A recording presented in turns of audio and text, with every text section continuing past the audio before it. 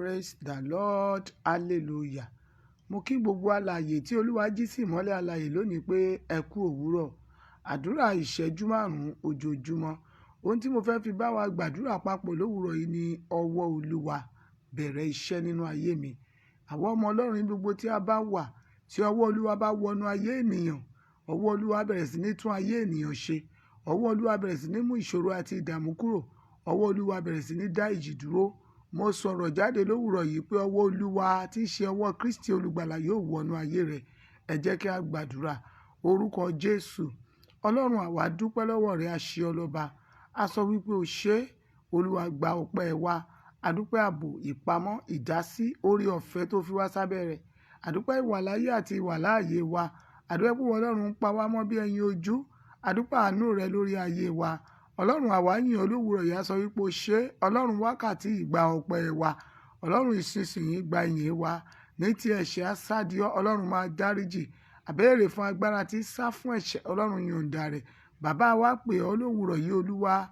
A béèrè fún agbára èyí tí ọwọ́ Olúwa yóò fi wọnú ayé wa, tí ọwọ́ Olúwa yóò fi bẹ̀rẹ̀ iṣẹ́. Ọlọ́run ó yá yọ̀ǹda rẹ̀. Àwa béèrè fún ọwọ́ rẹ, Olúwa. Bíbélì wípé ọwọ́ ọ̀tún Olúwa ni a gbéga. Bẹ́ẹ̀ sì ni ọ̀rọ̀ rẹ̀ sọ wípé ọwọ́ ọ̀tún Olúwa ń ṣiṣẹ́ agbára. Tó bá rí bẹ́ẹ̀, a béèrè fún ọwọ́ ọ̀tún Olúwa ní wákàtí ó yá wọnú ayé wa. Ọwọ́ Olúwa ó yá wọnú ayé mi, wọnú ayé àwọn ènìyàn yìí. Ọwọ́ Olúwa tí ń tún ayé ènìyàn ṣe. Ọwọ́ Olúwa tí ń mú ogun àti ìbànújẹ́ kúrò nínú ayé ènìyàn. Ọwọ́ Olúwa tí ń wọnú ayé ènìyàn, tí sọ ayé ènìyàn di ọ̀tun. Ìwọ la pè lówùúrọ̀ yìí. Ọwọ́ Olúwa ó yá darapọ̀ mọ́ wa. A béèrè fún ọwọ́ Olódùmarè. Ọwọ́ tí ń ṣiṣẹ́ agbára. Ọwọ́ tí ń ṣiṣẹ́ ìtúsílẹ̀. Ó yá wọnú ayé mi, wọnú ayé àwọn ènìyàn yìí. Gbogbo ẹ̀yin àyànfẹ́ tẹ́ gbọ́ ohùn àdúrà yìí. Ọwọ́ Olúwa tó ń ṣiṣẹ́ agbára ó yá kó wọnú ayé yín. Mo gbàdúrà lówùúrọ̀ yìí o. Gbogbo ìjì tó wà nínú ayé rẹ, ọwọ́ Olúwa gbé jáde. Gbogbo májèlé tó wà nínú àgọ́ rẹ, ọwọ́ Olúwa tì jáde. Ọwọ́ Olúwa bẹ̀rẹ̀ iṣẹ́. Ọwọ́ Olúwa jọ̀wọ́ ta ayé mi ṣe o. Ó jẹ́ sọ orin yẹn kó pè mọ́ra rẹ. Ọwọ́ Olúwa bẹ̀rẹ̀ iṣẹ́. Ọwọ́ Olúwa jọ̀wọ́ ta ayé mi ṣe. Ó kù ìgbà kan tá máa kọrin yẹn. Ọwọ́ Olúwa bẹ̀rẹ̀ iṣẹ́. Ọwọ́ Olúwa jọ̀wọ́ ta ayé mi ṣe. Mo gbàdúrà lówùúrọ̀ yìí pé ọwọ́ Olúwa yóò bẹ̀rẹ̀ iṣẹ́ nínú ayé rẹ̀. Ìwọ tó gbọ́ ohùn àdúrà yìí, ọwọ́ Olúwa máa tún ayé rẹ̀ ṣe.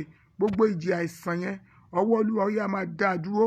Gbogbo ọwọ́ ogun yẹn, ọwọ́ Olúwa yóò palẹ̀ rẹ̀ mọ́. Gbogbo májẹ̀mú ìnira nínú àgọ́ ìwọ tó ń gbọ́ ohùn mi, ọwọ́ Olúwa gbé jáde. Gbogbo ọwọ́ tó yàtọ̀ sí ti Ọlọ́run tó wà nínú ayé rẹ̀, mo gbàdúrà ní orúkọ Jésù, ọwọ́ Olúwa tì jáde.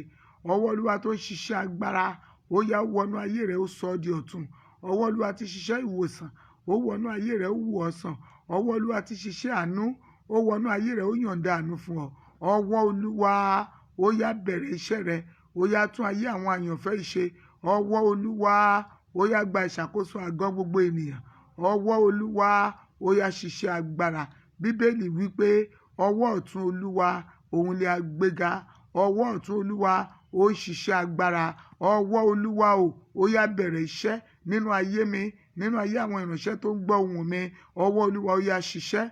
Gbọ́ ìwọ màmá yẹn, ọwọ́ Olúwa bẹ̀rẹ̀ iṣẹ́ nínú ayé ọmọ rẹ. Gbogbo ìwà ìtọ́ tó wà nínú ayé rẹ̀, ọwọ́ Olúwa tì jáde. Ìwọ ìdílé tó korò, ọwọ́ Olúwa wọbẹ̀ wá. Ó yá ó bẹ̀rẹ̀ sí ní fi adùn sí. Ìwọ ìgbéyàwó tó ní ayọ̀ mọ́, ọwọ́ Olúwa wọnú ìgbéyàwó yẹn, ó bẹ̀rẹ̀ sí ní fún ọ ní ayọ̀. Ìwọ ènìyàn tó ríṣẹ́ ṣe, ọwọ́ Olúwa wọnú ayé rẹ, ó fún ọ níṣẹ́ ológo, ó fún ọ níṣẹ́ tó máa fi ọlọ́kàn balẹ̀. Ọwọ́ Olúwa la pè lówùúrọ̀ yìí o. Ó yá kó ṣiṣẹ́ délé rẹ, kó ṣiṣẹ́ délé mi, kó wo àgọ́ wa sàn, kó tún ayé wa ṣe, kó gba ọwọ́ wa rò. Ọwọ́ Olúwa tí a gbéga yẹn, ó yá kó mú ayé wa tẹ̀síwájú. Ògo ni fún orúkọ Olúwa. A gbàdúrà gbogbo ẹ̀yin tẹ́ lóyún sínú, ẹ máa bímọ láyọ̀ àtàlàáfíà. Gbogbo ẹ̀yin tẹ́ ń wojú Olúwa fún ọmọ, Ọlọ́run máa yà ó lẹ́nu. Gbogbo ìwọ tó ti bí, ọmọ rẹ ò ní dòkú. Gbogbo ẹ̀yin abiyamọ láyé, ẹ ò ní mọ bójì ọmọ, ẹ ò ní fojú sunkún ọmọ. Àtèmi àtẹ̀yin tá jọ ń gbàdúrà yìí, ohun tó ń jẹ́ ikú ọmọ, mo ní kò ní wọlé wa, ayé ò ní fọmọ wa ṣe pàṣánà wa, wọn ò ní sọmọ wa dẹrù àgbéká. Ẹ̀jẹ̀ Jésù ṣe dìdí àdúrà tó wúrọ̀ yìí. Gbogbo ẹ̀yin tẹ́ ń ṣiṣẹ́ ọba, ẹ̀yin oníṣẹ́ àdáni, ẹ̀yin oníṣòwò, ẹ máa bóde pàdé, ẹ máa rí àánú gbà, ọ̀nà máa là fún yín o nídìí iṣẹ́ ọba yẹn. Ẹkún ọba àdábà ò ní ṣá ọ lẹ́sẹ̀. Ìwọ tó ń retí contract, Ọlọ́run gba contract ayọ̀ fún ọ. Ilẹ̀kùn àánú ṣí fún ẹ̀yin àyànfẹ́ yìí o. Ẹ lọ rí ojú rere Ọlọ́run. Gbogbo ẹ̀yin tẹ́ wà ní ilẹ̀ òkèèrè tẹ́ lọ ṣàtìpó, ẹ máa kéré wálé, ẹ ò ní gbé sájò, ẹ máa rí àánú gbà. Agbára tí sọ ní di ńlá, ọwọ́ agbára tí sọ ní di ẹni ìbùkún, ó yá kó dàpọ̀ mọ́ ayé mi, kó dàpọ̀ mọ́ ayé rẹ, kó tún ayé gbogbo wa ṣe. Àánú Ọlọ́run kó sọ̀rọ̀ nínú ayé wa. Àdúrà ìṣẹ́jú 5 ti òwúrọ̀ yìí kó ṣiṣẹ́ agbára nínú ayé wa. Ní orúkọ Jésù Kristi, Olúwa wa. Àmín, àmín, àmín ní orúkọ Jésù. Àwọn ọmọ Ọlọ́run, àwẹ̀ 30 ọjọ́ ń tẹ̀síwájú nínú ìjọ wa. Òní ni ọjọ́ 5 àwẹ̀ yìí. Mo rọ̀ wá, ẹ jẹ́ ká jùmọ̀ ká jọ gbà á. Àdúrà ò ní ṣe tiwa tì. Èyí tó bá lè ṣe nínú rẹ̀, ìwọ náà gbìyànjú.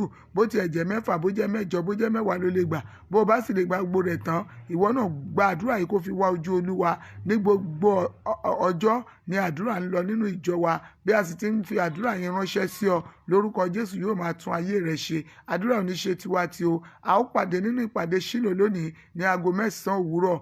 Ayọ̀ ni fún ọ o. Ẹ lọ ní ọjọ́ rere.